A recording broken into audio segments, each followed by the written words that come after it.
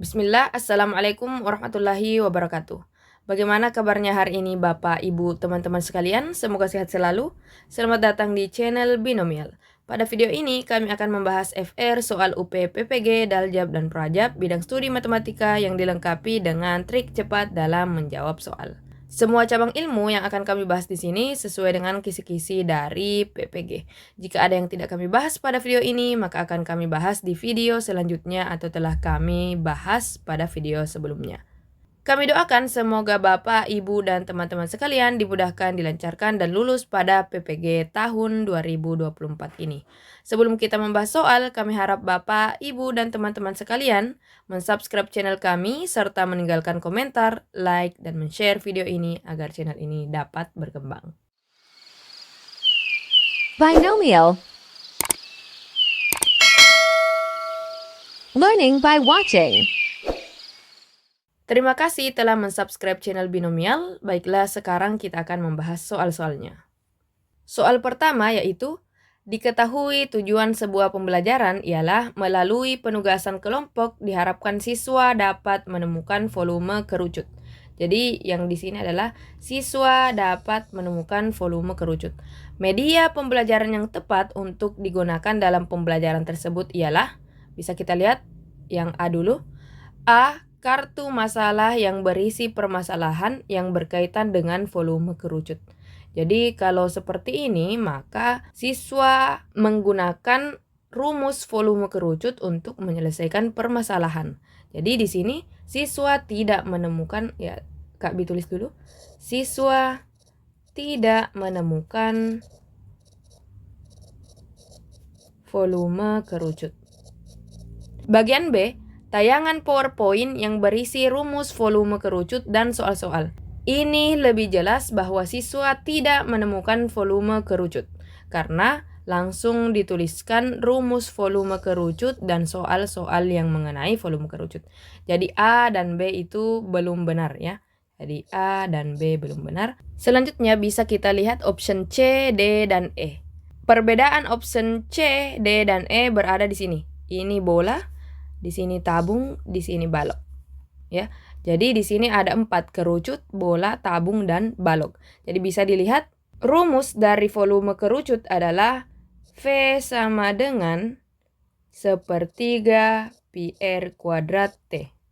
Kemudian volume bola itu adalah, saya tulis di sini K ya, kerucut. Di sini B, bola.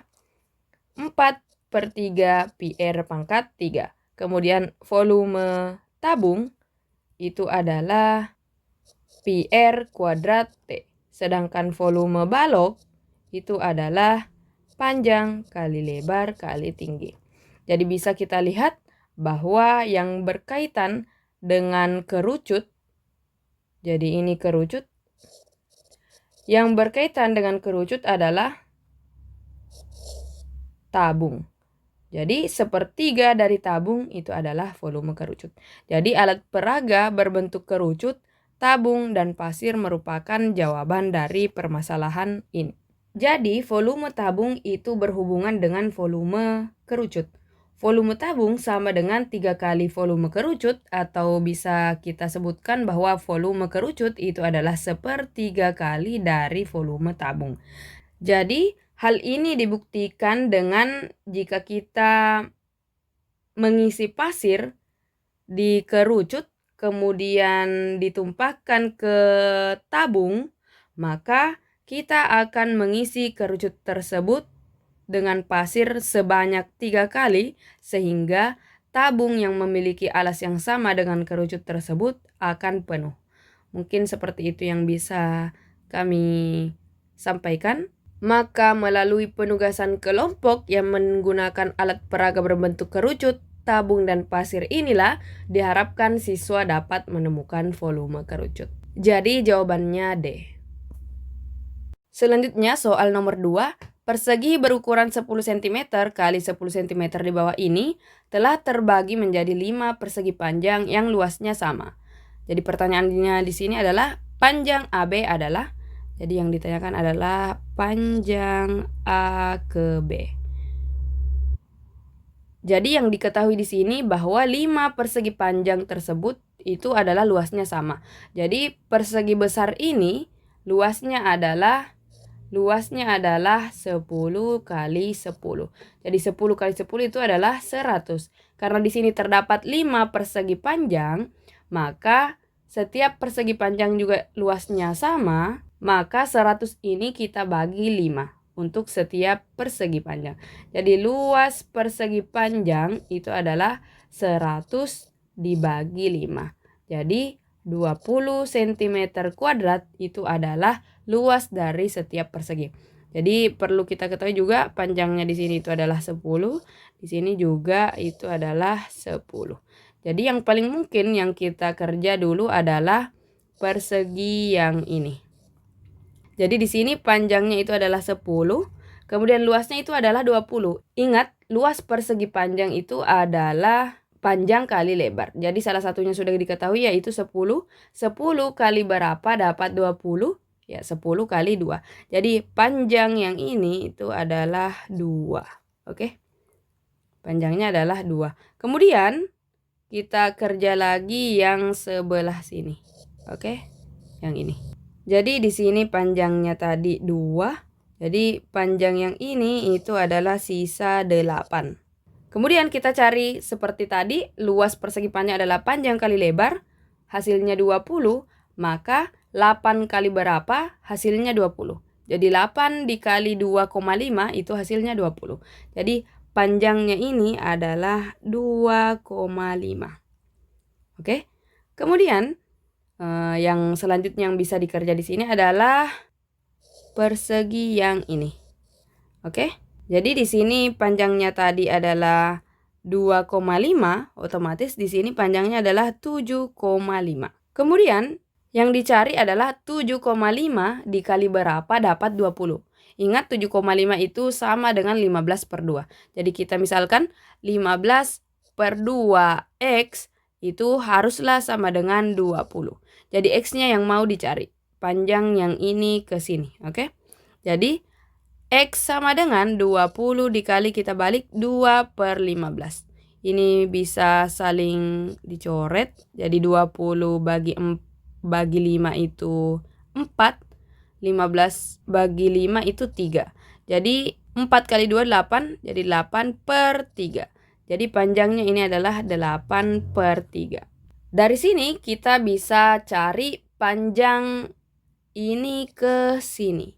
Jadi panjang yang ini, yang merah ini, itu sama dengan panjangnya AB. Jadi kita coba lihat 8/3 ditambah 2 ditambah nanti panjangnya AB itu haruslah sama panjang dengan 10.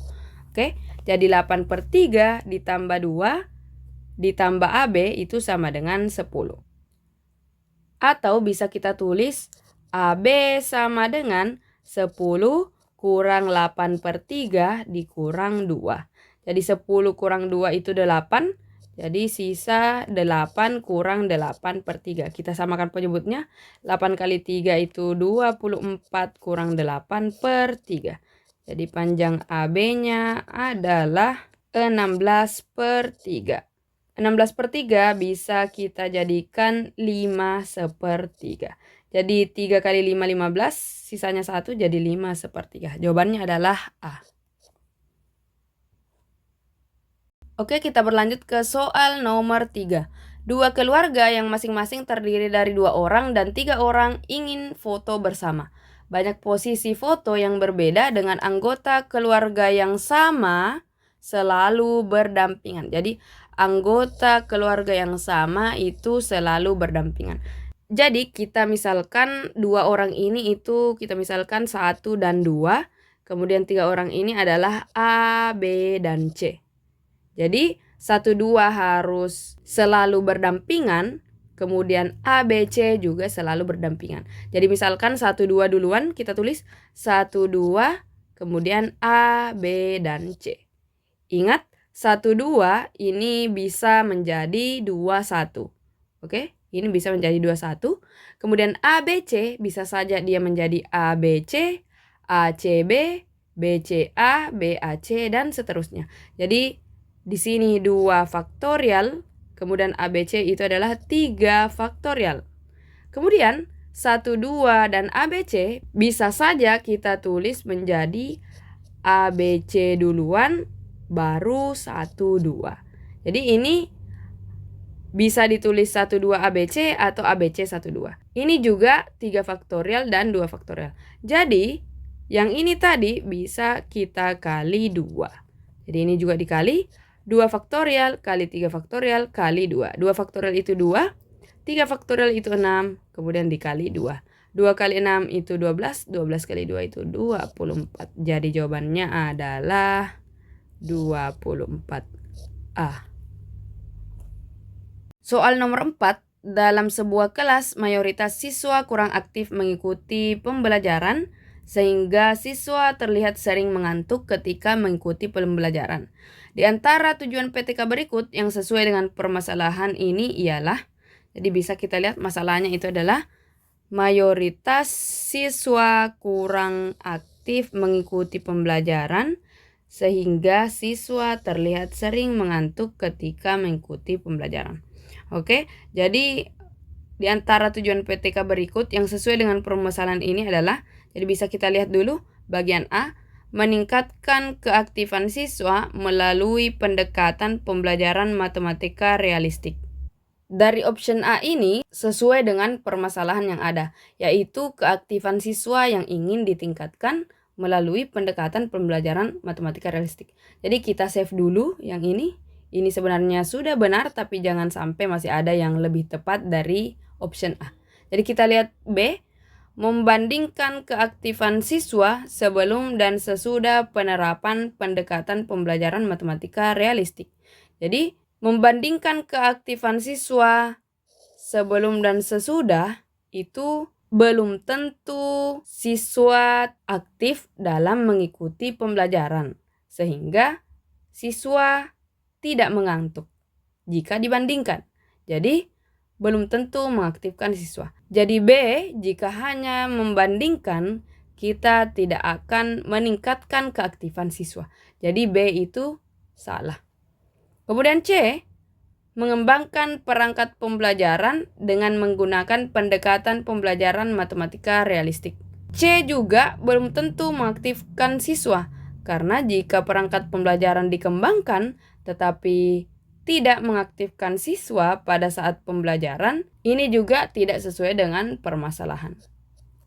Kemudian bagian D, mendeskripsikan faktor-faktor yang mempengaruhi keaktifan siswa dalam pembelajaran. Jadi bagian D ini tidak memberikan solusi untuk siswa yang kurang aktif. Mengapa? Karena kita hanya mendeskripsikan faktor-faktornya, tidak mencarikan solusi. Jadi jika faktor-faktornya yang hanya dideskripsikan tetapi tidak dicari solusinya, apalagi pada saat pembelajaran, maka ini tidak memberikan solusi. Jadi bagian D juga salah. Kemudian bagian E, mendeskripsikan faktor-faktor yang mempengaruhi rendahnya prestasi belajar matematika siswa. Jadi yang E ini bahkan tidak sesuai dengan permasalahan. Karena di sini hanya ingin mengetahui atau mendeskripsikan faktor-faktor yang mempengaruhi rendahnya prestasi belajar matematika siswa, bukan ingin mengaktifkan siswa yang kurang aktif dalam pembelajaran sehingga siswa tidak mengantuk, ya. Jadi ini juga salah. Jadi jawaban yang paling tepat menurut Kak B itu adalah A, meningkatkan keaktifan siswa melalui pendekatan pembelajaran matematika realistik. Jadi jawabannya A. Selanjutnya soal nomor 5, yaitu luas daerah yang diarsir pada gambar berikut adalah 28 cm². Luas daerah cincin atau daerah antara dua lingkaran tersebut adalah, jadi bisa dilihat luas daerah arsirannya itu yang ini, itu 28 cm². Kemudian luas daerah cincin yang ingin diketahui. Jadi luas daerah cincinnya itu yang ini. Luas daerah antara dua lingkaran. Jadi untuk mengetahui luas daerah cincin atau luas daerah antara dua lingkaran tersebut, maka caranya adalah luas lingkaran besar dikurang luas lingkaran kecil itu akan menghasilkan luas daerah cincin. Jadi kita cari dulu luas daerah cincinnya, ya. Jadi luas daerah cincin kita misalkan luas C, ya. Luas daerah cincin itu adalah luas lingkaran besar kurang luas lingkaran kecil, oke? Seperti yang kita ketahui, luas lingkaran itu adalah pi r kuadrat. Jadi kita misalkan dulu panjang jari-jari lingkaran besar itu adalah, kita misalkan R besar. Kemudian panjang jari-jari lingkaran kecil itu adalah R kecil, ya. Kita misalkan. Jadi yang ini R, yang ini R besar. Oke? Jadi luas lingkaran besar itu adalah pi R berpangkat 2 dikurang luas lingkaran kecil itu adalah pi R berpangkat 2. Bisa ya dilihat. Jadi sama-sama punya pi, jadi kita tulis pi dalam kurung R kuadrat kurang R kuadrat. Jadi R besar kuadrat kurang R kecil kuadrat. Kemudian kita pakai luas daerah yang diarsir untuk mencari nilainya yang ini. Oke? Jadi Kak Bi hapus dulu, ya. Jadi untuk mengetahui luas daerah yang diarsir, maka kita bisa cari dengan cara luas segitiga besar dikurang luas segitiga kecil itu akan menghasilkan luas daerah yang diarsir, ya. Jadi kita tulis dulu daerah arsiran, oke. Luas daerah yang diarsir sama dengan luas segitiga besar dikurang luas segitiga kecil. Jadi ini tadi R, ini tadi R besar. Ini R, ini R besar. Ya. Jadi luas segitiga besar kurang luas segitiga kecil. Ingat luas segitiga itu rumusnya adalah 1/2 dikali alas dikali tinggi. Ini juga 1/2 kali alas kali tinggi. Jadi 1/2 kali alasnya. Alasnya itu R besar. Tingginya juga R besar. Ya, berarti ini adalah segitiga sama kaki. Jadi 1/2 dikali R dikali R. Kurang 1/2 dikali alasnya. Alasnya segitiga kecil itu R kecil. Tingginya juga R kecil. Jadi diperoleh 1/2 dikali R berpangkat 2 dikurang 1/2 dikali R kuadrat. Jadi diperoleh di sini adalah 1/2 dalam kurung R pangkat 2 dikurang R pangkat 2. R besar pangkat 2 dikurang R kecil pangkat 2. Ingat, luas daerah arsiran itu adalah 28 cm kuadrat. Jadi 28 sama dengan 1/2 dikali R kuadrat, R besar kuadrat kurang R kecil kuadrat. Jadi 1/2 ini bisa pindah ruas menjadi pengalih. Jadi 28 dikali 2 itu adalah 56. Jadi 56 sama dengan R besar kuadrat dikurang R kecil kuadrat. Jadi informasi yang ini bisa kita pakai ke sini. Jadi kita ganti R besar kuadrat kurang R kecil kuadrat di sini menjadi 56. Jadi pi dikali 56. 56 kali pi itu adalah 56 pi. Jadi luas daerah cincin atau daerah antara dua lingkaran adalah 56 pi. Jadi jawabannya adalah E. Kemudian soal nomor 6, persamaan cos 2x kurang sin x sama dengan 1 dengan x besar dari atau sama dengan 0 kurang dari sama dengan 2 pi mempunyai penyelesaian sebanyak. Jadi soal ini sebenarnya sudah kami bahas pada part 2 dari video UPPPG kami. Tetapi yang kami gunakan pada saat itu adalah cos 2x kami ganti menjadi cos kuadrat X kurang sin kuadrat X. Ternyata jika diganti seperti ini itu jawabannya kurang tepat. Jadi bisa kita lihat, Kak Bi tulis dulu, cos 2X kurang sin X sama dengan 1 bisa kita tulis menjadi cos 2X kurang sin X kurang 1 sama dengan 0. Jadi cos 2X Kak Bi ganti menjadi yang ini, maka jawabannya menjadi cos kuadrat X kurang sin kuadrat X kurang sin X kurang 1 sama dengan 0. Kemudian seperti yang diketahui di identitas trigonometri, yaitu cos kuadrat X dikurang 1 itu sama dengan sin kuadrat X. Ya, karena sin kuadrat X tambah cos kuadrat X itu sama dengan 1. Jadi di sini adalah sin kuadrat X kurang sin kuadrat X kurang sin X sama dengan 0. Jadi sin kuadrat X kurang sin kuadrat X itu sudah hilang. Jadi sisa min sin X sama dengan 0. Min sin X sama dengan 0 itu sama saja dengan sin X sama dengan 0. Sin X bernilai 0 ketika 0 derajat, 180 derajat, dan 360 derajat. Ini yang kami gunakan pada video sebelumnya. Jadi, yang kami gunakan pada video yang ini yaitu, kami perlihatkan perbedaannya. Cos 2X kami ganti menjadi 2 sin kuadrat X ditambah 1. Jadi, kita selesaikan. Cos 2X kurang sin X kurang 1 sama dengan 0. Jadi cos 2X kita ubah menjadi 2 sin kuadrat X tambah 1. Jadinya adalah 2 sin kuadrat X tambah 1 kurang sin X kurang 1 sama dengan 0. Jadi sisanya itu adalah 1 kurang 1 ini sudah habis. Jadi sisanya adalah 2 sin kuadrat X kurang sin X sama dengan 0. Jadi sin X-nya bisa keluar. Sin X dalam kurung 2 kali sin X kali berapa dapat 2 sin kuadrat X, yaitu 2 sin X. Sin X kali berapa dapat sin X? Itu 1, jadi di sini kurang 1 sama dengan 0.